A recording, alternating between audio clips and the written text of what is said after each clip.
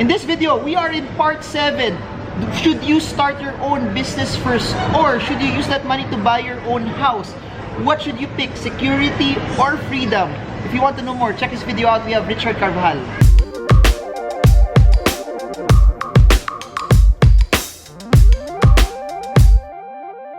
Please subscribe to his channel, click that button below, like, share, and comment. Salamat. So, stay till the end, guys, because the best tip will always be in the end.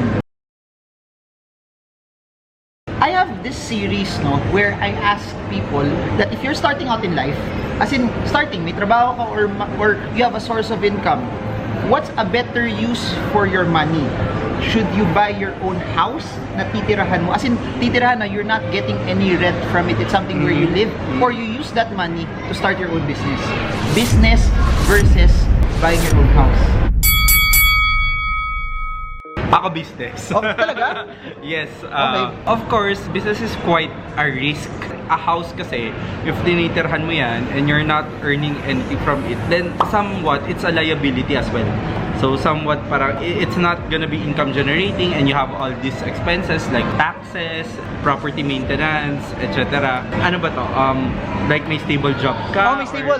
May stable job. Merong namang pang ano.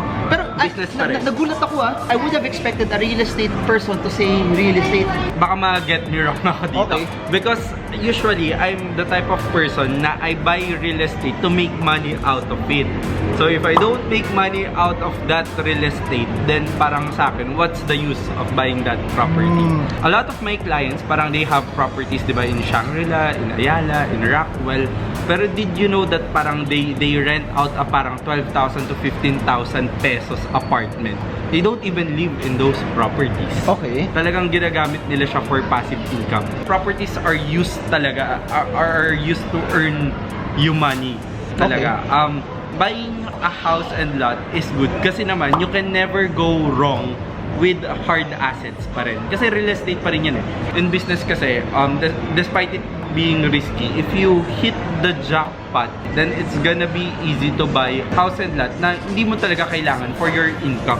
Kasi a house and lot na hindi mo kailangan for your income is somewhat kind of luxury. Sa akin I see it that way. Pag nag-business ka do, linagay mo pera mo doon, may risk na mag-zero yun. Yeah. If you put your money in a house, sure ka, hindi bababa yun doon. So, nag-down payment ka ng 1 million pesos, sure ka that after 5 years, it will never be lower than 1 million unless nalahar yun or something happens in that area. So yun. What can you say about that? Kung nagnegosyo ka, pwedeng mawala eh. At the end of the day, what is your goal eh? Why are you buying this house and lot? Para may tira ka, pero saan ka ba nakatira ngayon? Yung argument is, yung perang pan down payment, say 1 million, 2 million pesos, pwede ko ilagay sa business yun. While may chance ako kumikita ng malaki, pwede rin mawala. Pero habang nangyayari lahat yun, nagbabayad ako ng rent. Versus, ito, lagay ko yung 1 million, 2 million dito, wala akong business, pero may trabaho pa rin ako. Pero sure ako, 10 years down the line, regardless of what happens, nag-appreciate siya. Okay, basic concept of entrepreneurship is you don't go into business na wala kang mastery. You have to remember that business is not for everyone. Pero of course, at least you need to try. With business kasi kailangan baby steps. Yung business ko, napalaki ko siya because nga little by little siya, baby steps siya. Hindi ko nilabas lahat agad. And then it was earning me little by little. And then yun yung ginamit ko ngayon pang buy ng mga properties. Okay. I'm earning. So I'm coming from that kind of concept. Business can bring you unlimited sources of income, unlimited potential. Now, what kind of business kasi? What if you use property investing? That's a business. Like, or you do property management, that's a business. At saka marami kasing types ng business ngayon na hindi ka talaga nag-shell out ng capital. Like for example, yung mga cleaners, yung mga nag-clean sa mga property namin, on call lang yan eh. It's like booking a Grab driver, pero cleaner siya ng mga kodo. Like, in that kind of business, wala ka talaga masyadong nilalabas na capital except yung IT system mo sa website for people to book that one. So, how did the cleaners earn? Parang may percentage sila off of the, ano? Hindi, how did the business owner earn? May percentage. The one you pay, yung tagalinis. Yeah, you pay sa cleaner tapos may percentage yung owner. Pinaka-point ko dito sa question ni Sir Marvin, para sa akin, real estate needs to generate money, to accumulate wealth. So if you're doing business na, kailan dadating yung point na masasabi mo na, okay, the business has earned money, when can I actually buy my own house already? Do you have a rule of thumb na cash flow, or do you have a rule of thumb na pag nakuha mo na itong ganitong amount of millions, or kaya mo mag-percentage ng ganitong down, that's when you start buying? Kailangan kasi in business, paikutin mo muna yung money. So you have to grow your business. And then pag malalaman mong passive na yung business, if hindi ka na talaga medyo kahit hindi ka na involved sa business, stable siya, nakakagawa ka ng pera. So average the business. And of course, ganun pa rin same as like earning from your salary. Percentage lang nun yung pwede mo gamitin to pay for the amortization of your loan ng residential property. 40% ng ino-earn mo sa business, you can use that to pay for a house and lot. So kung tingin mong pasok na at afford mo na, depende kung anong property yung binibili mo, then that's good kasi yung 60% medyo malaking allowance na yun. Okay, ito may tanong ako based on that. What would you suggest? May 4 million sila, they put the 40% down payment, then they amortize, or yung 4 million, balik nila sa business para later on, kakash na lang nila yung 10 million peso property. Kahit tumaas yun ng 12 million, pero baka mas malaking pwede nilang kitain sa business, tapos di pa sila mag-loan. Usually, I always say leverage, pero these are for earning, these are for earning properties. For properties na hindi nag-earn talaga. As much as possible, you're not supposed to, pay interest, lalo lang bumababa yung kinikita mo sa property. Kasi like, the capital appreciation lang yung basis mo dyan Okay. Diba? And pag nag-accumulate yung loan mo dyan, then that's a lot of money to be paid sa house and lot. So better nga, if talagang liquid ka muna and then you buy the property cash, makaka-discount ka pa. And then you'll save a lot of money dahil wala kang interest na babayaran. May tanong ako doon. For example, inipon mo or nag-business ka para makuha mo yung cash. Say, because hindi ka nag-loan, it takes you 3 years to be able to buy it in cash. Property. Oo.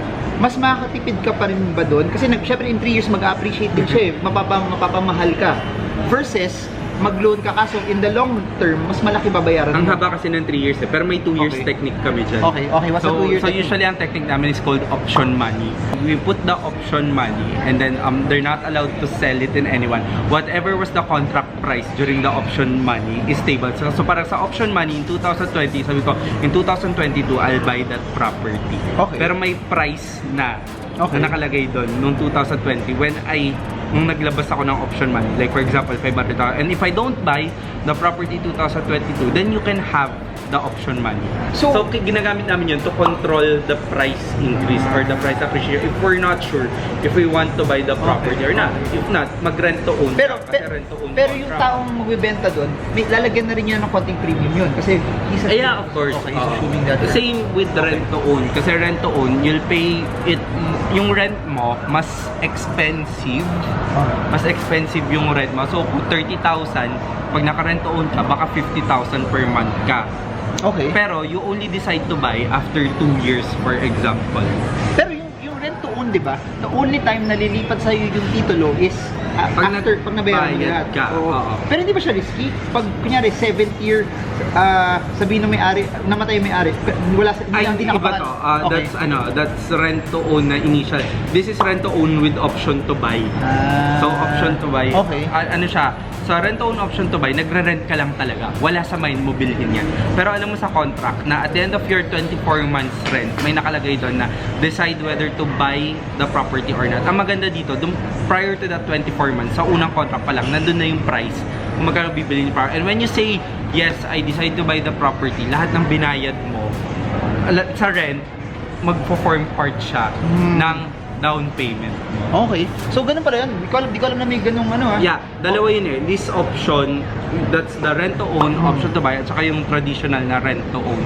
Nasa una pa lang, you're paying interest through the owner. So, what do you suggest for people who are starting out, may stable income, what should they do? Final words.